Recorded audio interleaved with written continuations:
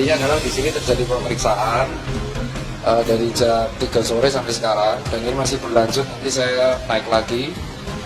Saya mendapatkan surat tugas dari IDI, Ikatan Dokter Indonesia.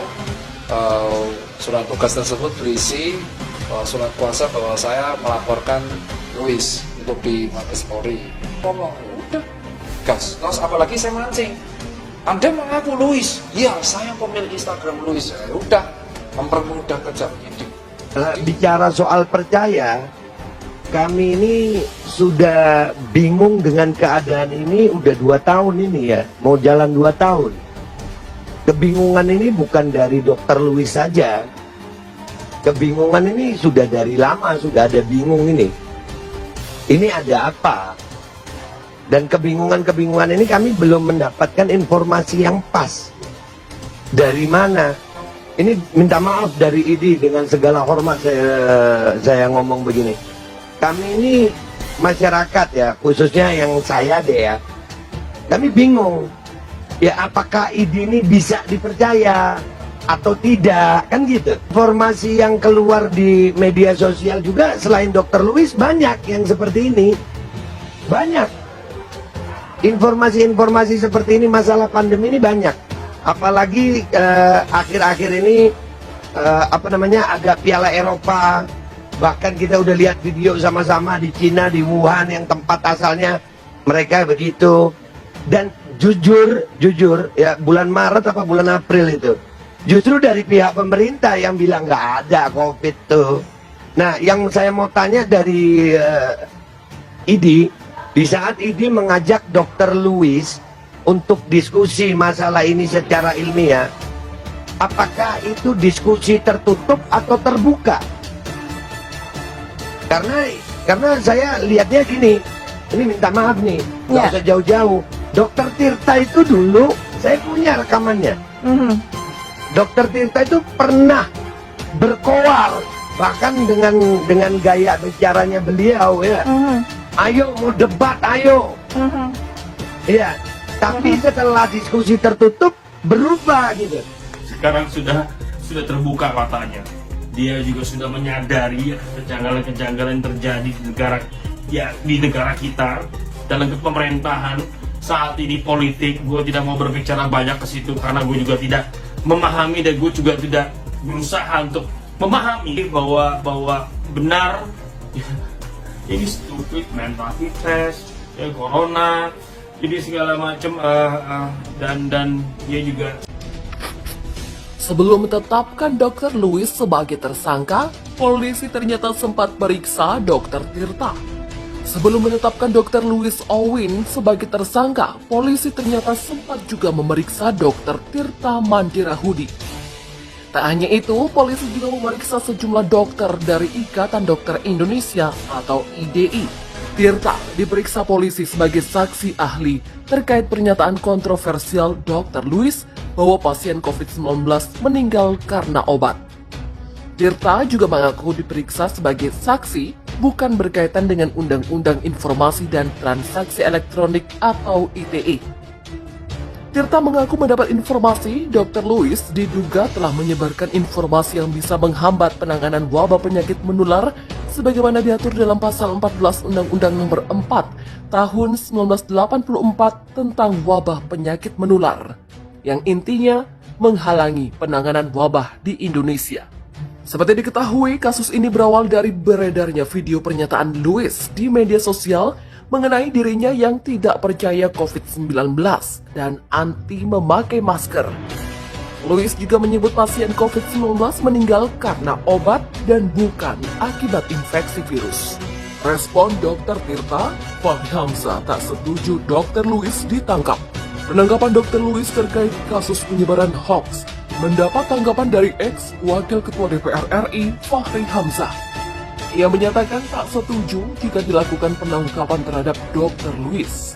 Pendapat itu ia sampaikan pada aktivis kesehatan Dr. Tirta. Melalui cuitan pada Senin lalu, Dr. Tirta mengabarkan bahwa kasus Dr. Luis telah dilimpahkan ke Mabes Polri. Cuitan itu lalu direspon oleh Fahri Hamzah.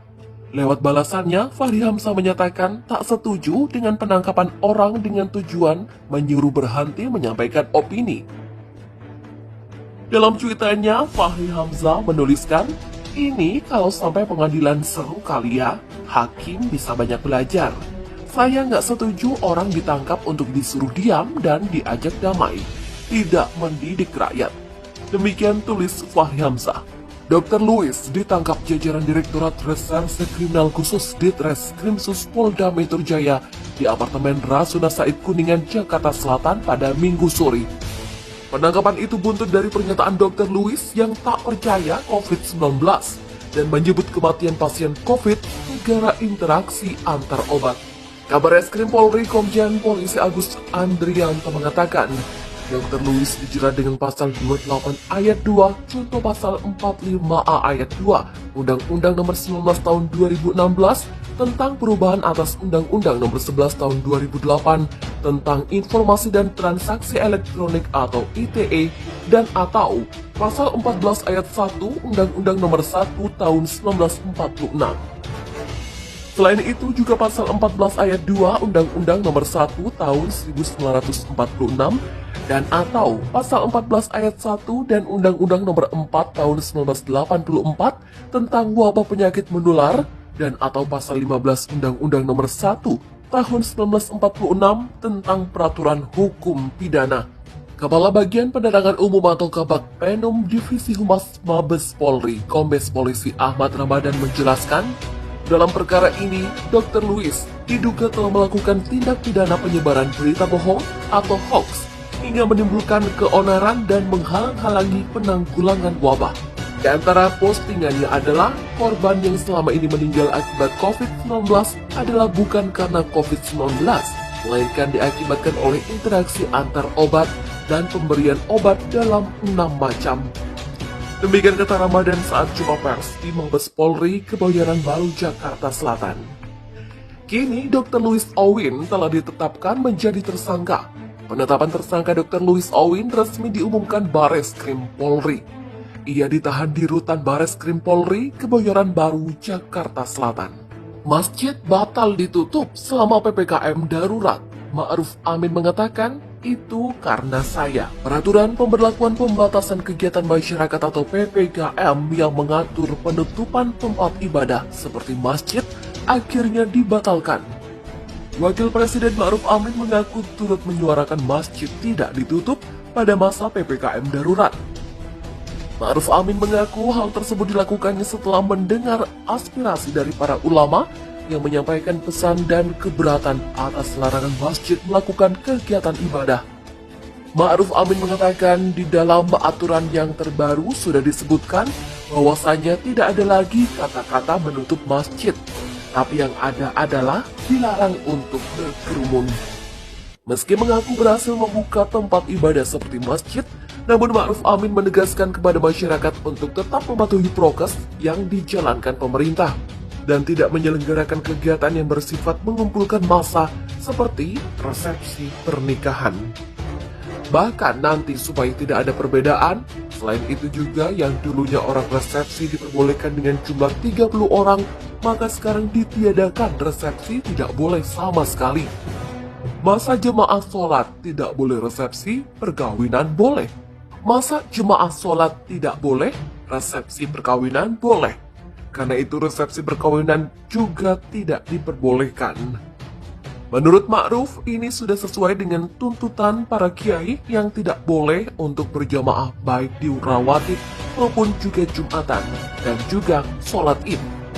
Dan Id itu tidak hanya di dalam masjid, tetapi juga di luar masjid sampai keadaan nanti sudah memungkinkan lagi karena ada bahaya yang harus dihindari. PPKM darurat, Luhut menyatakan, jika ada kesalahan itu tanggung jawab saya.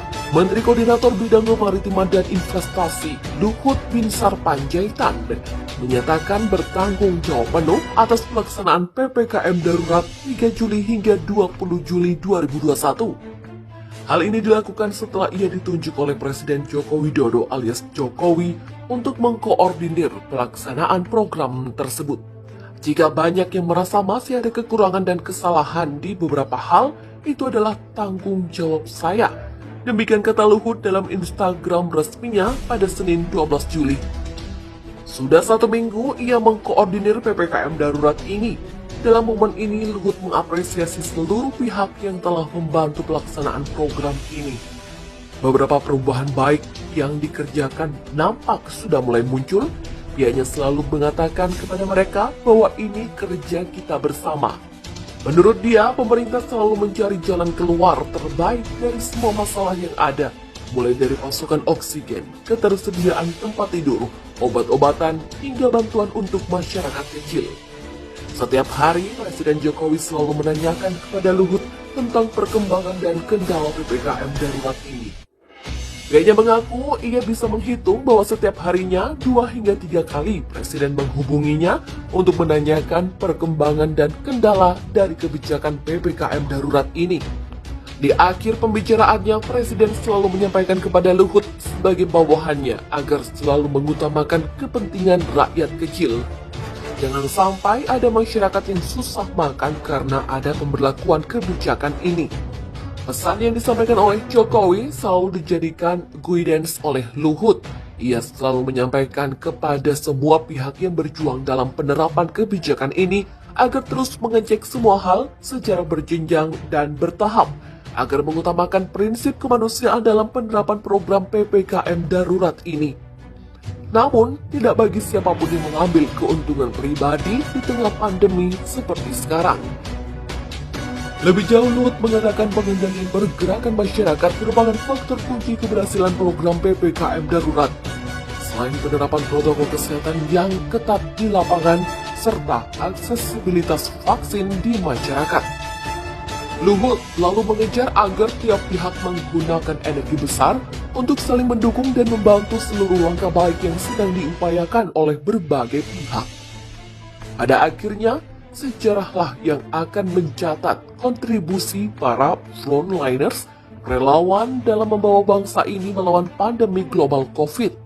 Sejarah pula yang akan mencatat mereka yang lebih sibuk menjadi bagian dari masalah daripada berusaha mencari solusi.